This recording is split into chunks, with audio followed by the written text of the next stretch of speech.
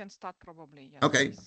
Hello, welcome everybody. Welcome to Professor Salvatore Babones. Salvatore Babones is an associate professor of sociology at the University of Sydney. He's an established and accomplished political economic sociologist, highly quantitative. He's produced fabulous methodological contribution, as you can see here. Most importantly, he's a long-time friend of mine because we went at Hopkins together a few years ago, even though he's became much more successful than a few decades ago.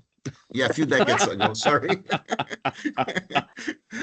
Obviously, he was much brighter and better than me, and he was more successful, and that's why he's presenting in this seminar series, and I'm not.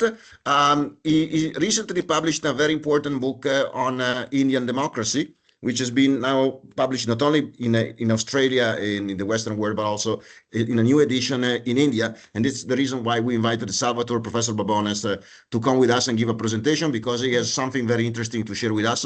And I think it's a great opportunity for us to take advantage of his presence. Thank you, Salvatore. The floor is yours. Thank you, Riccardo. And I'm not sure that Riccardo will have a reputation there for being a modest man, but I'll just point out that his Google H index is 31. And mine is 28. So there you go. You be the judge of who's the successful scholar. But thanks everyone for attending. I appreciate it. I've just published this book, Dharma Democracy, how India built the third world's first democracy. And the remarks today will be drawn from that book. It's often said that India is the world's largest democracy. Everyone knows that. But that's not particularly interesting. Much more interesting is the fact that India is by far the world's poorest, well-institutionalized democracy, with a history of open and competitive elections going back all the way to 1951.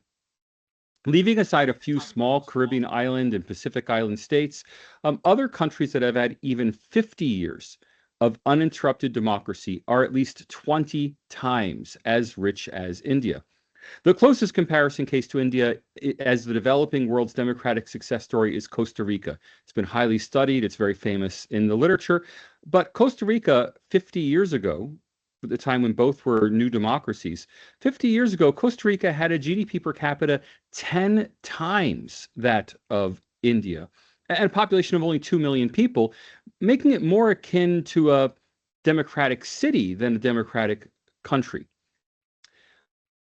In the foundational quantitative comparative study of democracy, Democracy in Development, published in 2000, the political scientist Adam Przeworski and his colleagues concluded that, statistically speaking, quote, the odds against democracy in India were extremely high. Their models actually predicted that India would not be a democracy at independence and would never stay a democracy throughout, that is, in every single year, they predicted that India would become a non-democracy. Of course, that's not what happened. Their conclusion was based primarily on India's GDP per capita, though with other variables included in the models. And India's GDP per capita, let's remember, has only recently risen above the average for the African continent. If you want a reasonable economic comparison case for India, you really have to look to the continent of Africa, where democracies are not very common. Now, India became independent in 1947, and the closest its democracy ever came to faltering was during the 22-month emergency of 1975-77. Now, that emergency was a dark period of repression. More than 100,000 people were imprisoned, political prisoners were imprisoned. Nonetheless, the emergency was characterized by civilian rule in accordance with constitutional procedures. Now, I, as an American, don't like the idea of democratic constitutions having provisions for emergency powers, but it's very common in European and Asian democracies to allow emergency powers, and those emergency powers were exercised in accordance with constitutional procedures in India, arguably in accordance with constitutional procedures. And let's not forget that when that emergency ended in 1977, the incumbent prime minister who had declared or engineered the declaring of the emergency, Indira Gandhi, was ejected from office and peacefully gave up power. Which all leads me to the purpose of my research, to establish how India built the third world's first democracy, both first in time and first in quality. In other words, why did India succeed where nearly every other new country failed? Now, nearly all post-colonial countries were founded as democracies, or at least with the ambition to be democracies. The real question isn't why did India become a democracy? The real question is why did India remain a democracy? Why did it succeed as a democracy even after a lapse into emergency rule half a century ago? Most countries begin as democracies, have their first democratic crisis, and fail. And they go through a series of democratic crises over the decades that they remain quasi-democracies. India had one democratic crisis and succeeded.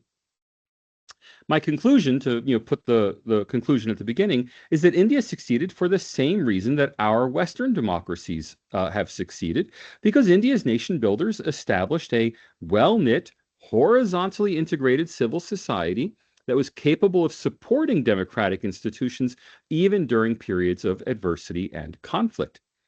As the political scientist Robert Putnam put it in his 1993 Making Democracy work, horizontal networks of civic engagement that cut across social cleavages nourish wider cooperation in society. Most new democracies fail because they divide along social fault lines. An obvious case of this is Pakistan, where the Punjabis and Sindhis of West Pakistan could not abide being governed by the more numerous Bengalis of East Pakistan. Pakistan's democracy split along ethnic and geographic lines, Bengali parties in the east, Punjabi parties in the west. Bengalis had more people, the Punjabis controlled the army and would not allow a Bengali party to run the country, and the democracy broke apart. It's an example of a country, it's an extreme example of a country divided into vertical silos instead of in horizontal linkages. Now, this is the standard story of democracy taught by Western political scientists. A rising middle class formed horizontal civil society linkages that connected people across all classes and creeds to form the foundations on which a stable democracy could be built. To quote the political scientist Barrington Moore from his 1966 classic Social Origins of Democracy and Dictatorship, quote, "A vigorous and independent class of town dwellers has been an indispensable element in the growth of parliamentary democracy. No bourgeoisie, no democracy." And indeed, the rise of the middle class was the mechanism through which civil society emerged in the West. But India's middle class is small even today, and 50 years ago it was minuscule. So how could India have developed a strong civil society? Well, in colonial India, completely missed by Western social scientists, a nationwide civil society was built by Hindu religious and social reformers. From the second half of the 19th century, multiple Hindu reform movements, beginning with the Arya Samaj, associated, some of you may know the name Dayananda Saraswati, running through the late 19th, early 20th century, the building of the Ramakrishna Mission by Swami Vivekananda. There were hundreds of smaller organizations along the same lines that sought to unify Hindu civil society in India across caste, across sect of Hindu worship. They did not seek to integrate Christian, Muslim, and Sikh civil society in India, but they sought to create a consciousness among Hindus that they all belonged to a single community. They were later joined by more explicitly nationalist organizations like the Hindu Mahasabha and most famously the Rashtriya Swayamsevak Sangh. If you've heard of that, you've heard of it by its initials, the RSS, the National Volunteer Organization, which was founded in 1925 and counts among its 4,000 full-time activists the current Prime Minister of India, Narendra Modi. Organizations like these fly under the radar of Western political science because they are thoroughly suffused with religion. And in the West, civil society emerged in opposition to organized religion, not in cooperation with it. In the Christian West, religions place people in vertical silos, dividing society into separate communities. The very timing of religious observance reinforces this tendency. Nearly all Christian churches hold their services at the same time on Sunday morning, and the public chooses from a list of churches which one to attend. These churches explicitly do not share communion. Being a member of one church explicitly means not being a member of another church. There may be some interfaith organizations, but for the most part, being in a church puts you in a silo that is separate from people in other silos. That's why we don't think of churches as being part of civil society. Now, people literally can't connect across churches because you can't even physically go from the 9 a.m. Anglican service to the 10 a.m. Catholic Mass to the 11 a.m. Methodist meeting. In the West, religion divides people into these distinct silos. Horizontal civil society of the kind Robert Putnam described is something that happened outside of the church, where people met on neutral ground, not inside the church, where people were vertically segregated. Hindu religious practice is very different. If you go to a Krishna temple, you will also find Rama and his helpmate Hanuman. You'll also find Shiva and Parvati, along with their popular sons, Ganesh and Kartika. Swami Vivekananda, the most popular of modern Hindu gurus, he lived the late 19th, early 20th century. Swami Vivekananda described himself as a Shiva devotee in the Shaivite tradition, one of the two great traditions of Hindu worship, the Vaishnavite tradition and the Shaivite tradition. Swami Vivekananda said he was a Shiva devotee. Yet his own guru, Ramakrishna, is now venerated as an avatar of Vishnu. How could a Shiva devotee be learning from a guru who was an actual embodiment of Vishnu? That is not a conundrum in Hindu worship. It's entirely acceptable. There's no contradiction. People can and do visit any temple at any time, and for that matter, visit multiple temples without any barriers being formed against worship in multiple traditions. When India's democratic crisis came in 1975-77, what held the country together were these nationwide networks of horizontally integrated civil society. When you go to the biographies of the time of the emergency, you can see people putting people up in safe houses, people networking across the country, people from one area in India who were held in a jail of another area of India, but through these Hindu civil society networks, they were nonetheless connected. There were other non-Hindu nationwide networks in India. Marxist parties played a role in India, but the Marxist movement was very small and very elite compared to Hindu movements, which suffused society right down to the ground level.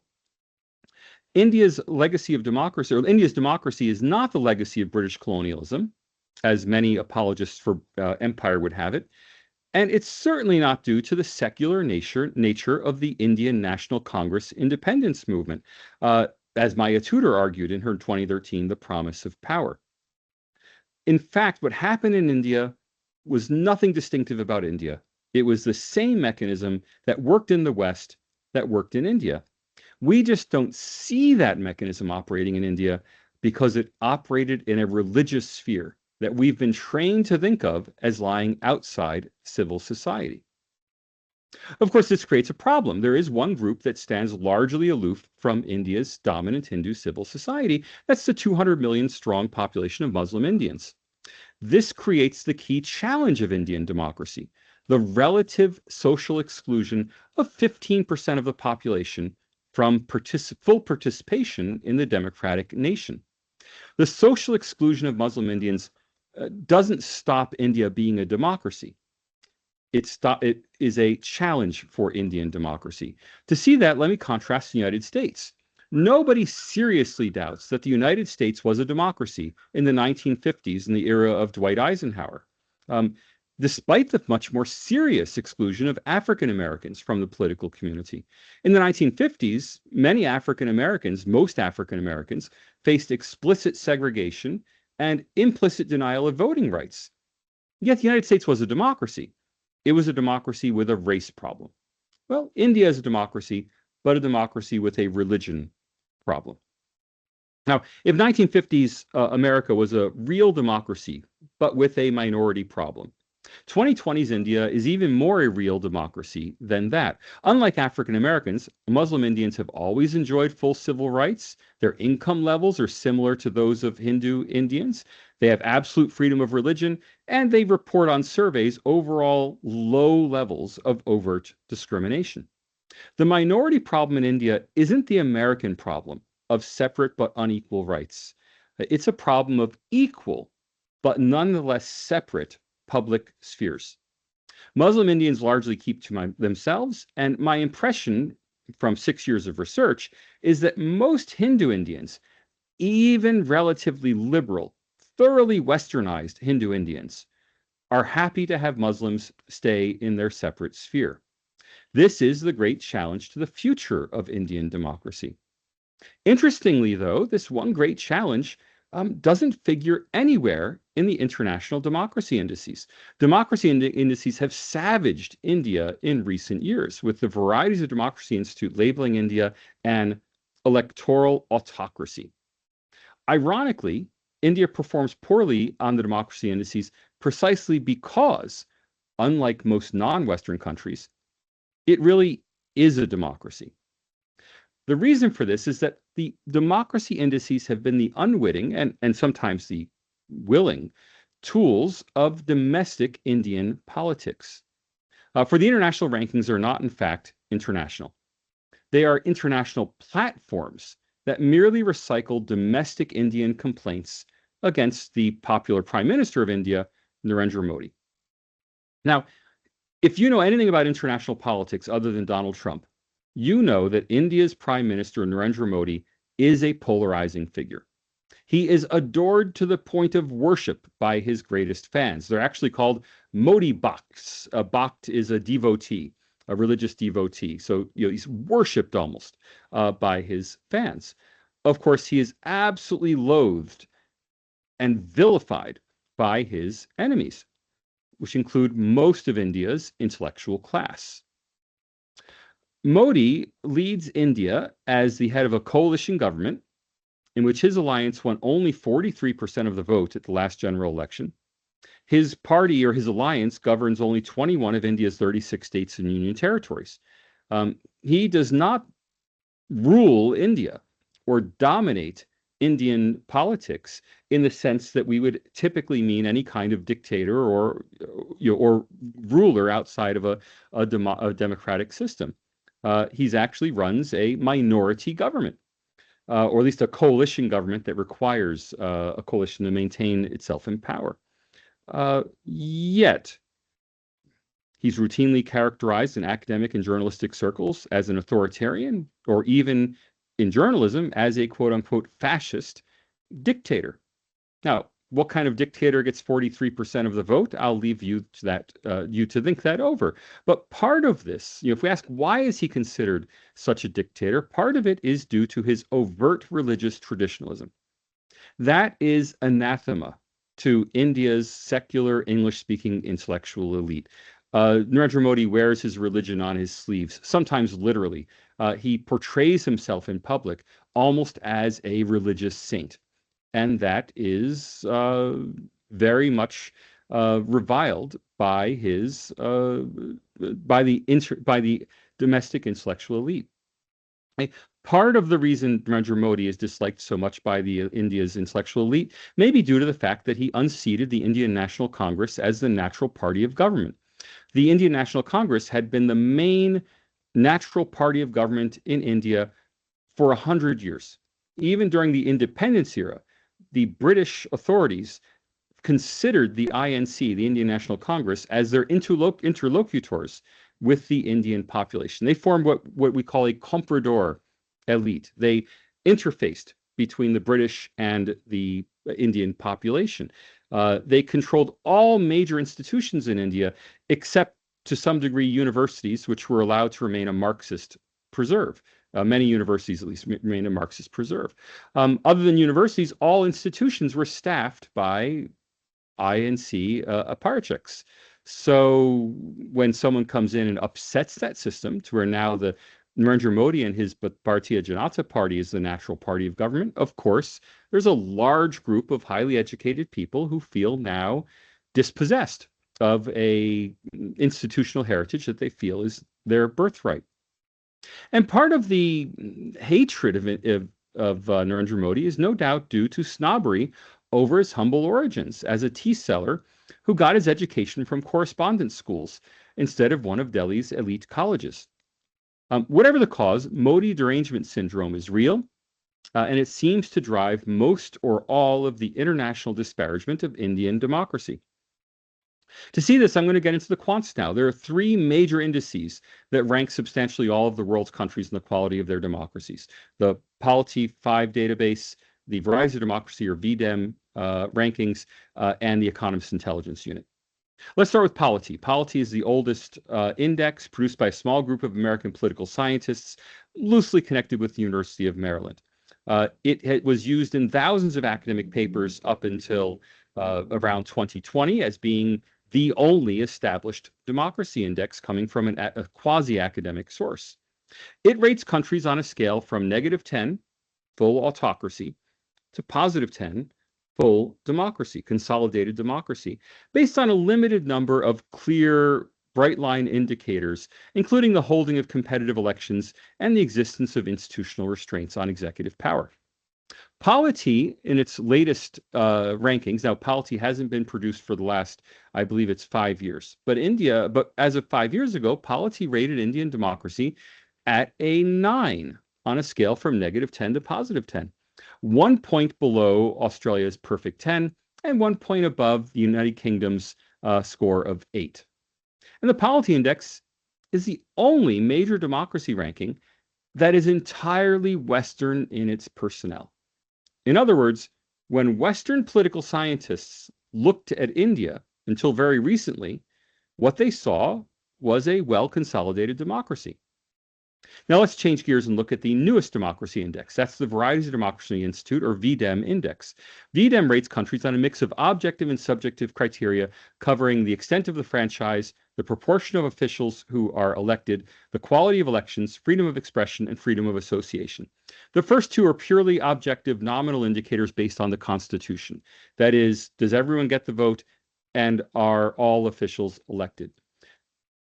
Those two objective indicators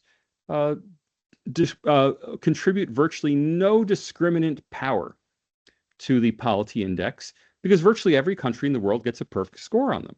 So even communist Vietnam, where opposition is prohibited, there's only one candidate on the ballot, elections are a complete sham, gets a perfect score on these two indicators. Because in Vietnam, the Constitution says the franchise is universal and the parliament is elected. The fact the parliament has no power and you can only vote for one candidate is irrelevant. So something like 140 out of 180 countries get perfect scores in these two, with the result that all of the discriminant power in the Polity Index comes from the subjective evaluations. Okay. Now, here we run into challenges. On the subjective evaluations, VDEM's rankings come from subjective expert evaluations of things like the independence of the Electoral Commission, the degree of academic freedom, the influence of government over the press. And for VDEM, these evaluations don't come from international experts. They come from experts in the country itself. It is India's own political scientists who rate India very low on these subjective indicators of freedom of association, freedom of expression, and quality of elections. Now, that was a position taken by VDEM. They wanted to decolonize the democracy rankings, put the power in the hands of people in the country. But that should have sparked an obvious problem to them, that people in countries may not view their own countries objectively. They may view their countries in subjective terms and may even weaponize the rankings, that is, use the rankings to punish governments, or to take the other extreme, in countries where people don't have true freedom of expression. If you're worried as a political scientist that the government will investigate what you said to VDEM, you might rate your country very high because you're concerned that you will be outed and lose your job, and be persecuted for it. So you might give your country a better rating than it deserves. Okay. Now, Indian political scientists as a group do not like Narendra Modi. As a result, it's not surprising that India ranks 105 in the world on the VDEM rankings. India's democracy is ranked on a par with those of the Ivory Coast, where the incumbent president recently won with 95% of the vote after exiling his chief opponent. India is ranked on a par with Thailand, a sometimes constitutional monarchy that has suffered 20 military coups in its independent history. And it's rated on a par with Iraq, which is a clearly seriously troubled democracy.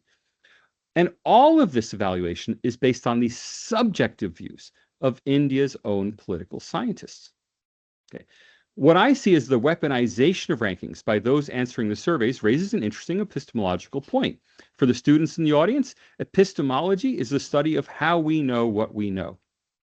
Interestingly, had the VDEM rankings not been funded by the European Union in 2015, we would not now know that India has a flawed democracy. I mean, it's only VDEM that calls India an electoral autocracy. In the absence of VDEM, if that grant had been rejected in 2015, we would now be all saying that India has a 9 out of 10 as a very high quality consolidated democracy. Okay, the only other ranking available is the Economist Intelligence Unit. The Economist Intelligence Unit puts India in 41st place, just below most Eastern European countries.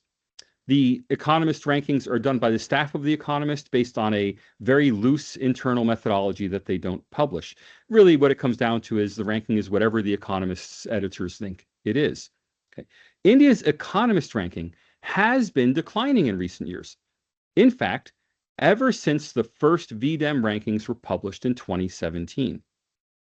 My guess is that the staff at The Economist were influenced by seeing this well-funded, highly organized group of academic political scientists telling them that India was ranked, at the time 110th in the world, and yet at the time The Economist was ranking India number 27.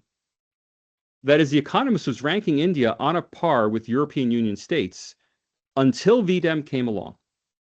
Now, if I were a journalist at The Economist and I was trying to form a view of, how does India's democracy work, and I saw repeated press reports of the political science profession believes India is an electoral autocracy, I might hedge my bets and start saying, that is, how do I know as an editor at The Economist, not an expert on India, how do I know what India's democracy is?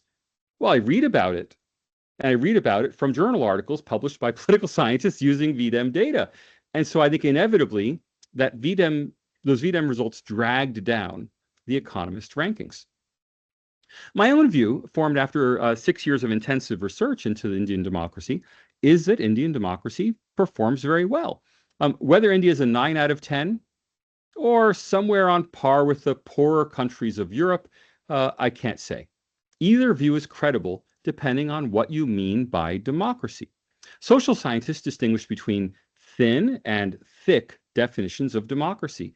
The difference between the two is the difference between saying that in a thin measure of democracy, India is a full democracy that faces some challenges due to extreme poverty, and the thick view of democracy saying that India is a flawed democracy because many people are too poor to fully participate in the political life of the country. As we can either include things that are ancillary to democracy in the definition, or we can have a narrow, thin definition of democracy. My preference is for a thin definition because I would like to relate democracy to other things. So if I think poverty is part of democracy, I can't really study the relationship between poverty and democracy because poverty is itself a democracy indicator. Similarly with internal insurgencies. If a country suffering an internal insurgency is not a democracy because the internet is turned off in Kashmir during a terrorist attack, and turning off the internet makes you a non-democracy, well, then I can't distinguish between a non-democracy and a democracy suffering an internal insurgency. I would like to be able to distinguish the two, so I prefer the thin measure of democracy. Political scientists, on the other hand, tend to express a strong moral attachment to thick democracy, the idea that thick democracy is the only real democracy. Now, I'm very skeptical of this. Defenders of the Soviet Union used to make the same argument, that only communist countries were real democracies because only communist countries ensured that everyone had access to education, healthcare, and jobs, and that without those things, you couldn't lead a democratic life. Let's not forget, and those of you in Kazakhstan will know better than I do, that the Soviet Union very much claimed to be not only a democracy, but to be a better democracy than the racist United States or the bourgeois Europeans. And today we're seeing the same thing with China claiming that it is in fact a better people's democracy than Western liberal democracies. The fact that these communist countries didn't actually hold elections was not, in the leftist imagination, a reason to rate them as undemocratic. And indeed, on the VDEM, countries that have no democratic competition whatsoever can score reasonably well. In fact, in theory, not in practice, because in practice, all the indicators tend to be correlated. But in theory, a country could have all the attributes of a liberal country. Freedom of expression, academic freedom, a free press, a well-constituted electoral commission. Everything is done right in their country. With one exception, all opposition parties are banned. And under VDEM's calculations, that country would be one of the best democracies in the world. Now, it doesn't happen because countries that ban political parties also tend to have little freedom of the press, also tend to have other problems. But I think the thought exercise is useful in asking, is this, what is the heart of democracy? To me, it's, can you realistically unseat your political leaders? And in India, clearly you can. Okay.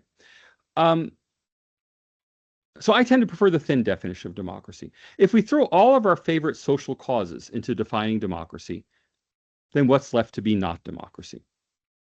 Now, in India, Narendra Modi, if we're taking a thin procedural definition of democracy, not even procedural, substantive definition of democracy, in the sense of can you unseat, can you realistically win elections against the incumbent, Narendra Modi, I'm going to be honest, he certainly pushes the boundaries of what is legal in India's political sphere. His Home Minister, Amit Shah, regularly crosses the boundary of acceptable political discourse.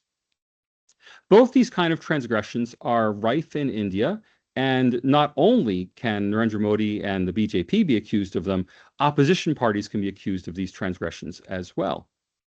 But these kind of transgressions are routine in many Western European countries that are widely accepted to be democracies. In fact, in my book, I explicitly compare Angela Merkel's language about Muslims in Germany with Amit Shah's language and Narendra Modi's language about Muslims in India. And on word for word, in fact, Angela Merkel said things about Muslims in Germany that, if said in India, would be considered hate crimes, and she could have been imprisoned for them. Okay. This is to leave out, and I haven't said anything today about ratings of American democracy. Of course, if you believe that pushing the boundaries of what's acceptable in political discourse, pushing the boundaries of, can you prosecute and imprison your opponents, that's somehow undemocratic, well, then you have to rate the United States as not being a democracy. And when we get to the point that the United States and Western European countries are not democracies, then we have to ask, what is democracy anyway? Why bother measuring it? All right, so if you compare, and I've done this explicitly in the book, comparing the number and character of allegations against India to allegations against Western democracies, keeping in mind that there are more people living under democracy in India than living under democracy in the entire Western world.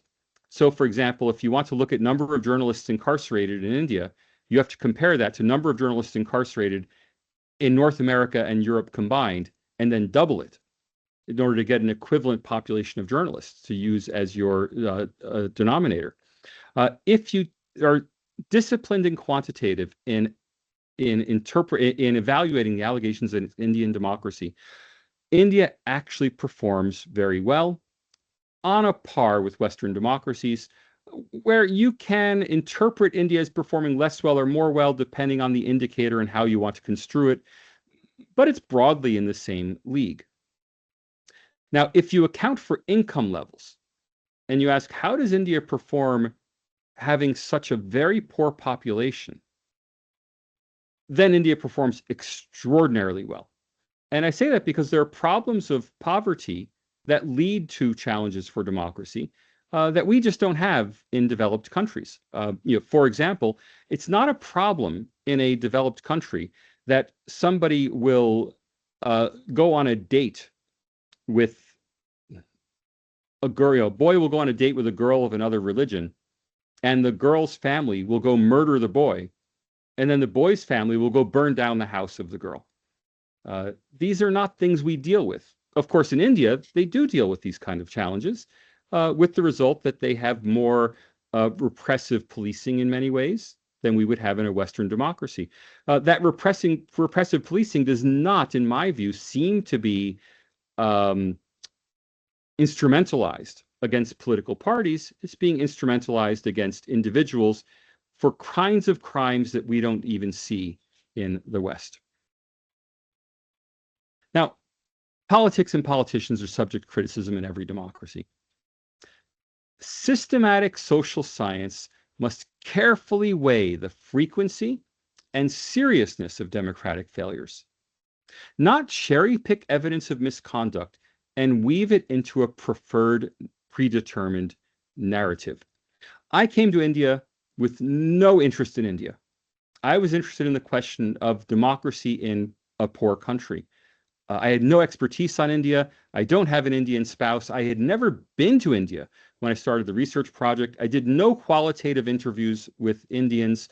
I'm simply, at least at the time, I've become connected with India over the last 6 years, but I had no connection to India and no reason to defend India or to condemn India. I was just interested in the social science. And so my approach was disciplined, quantitative, objective. I was interested in India dispassionately as something I wanted to study, not as something I cared about. And even today, I repeatedly have Indians coming to me and saying, "Oh, Salvatore, thank you for loving India so much." And I always have to disappoint them and say, "No, I've never been to India on vacation.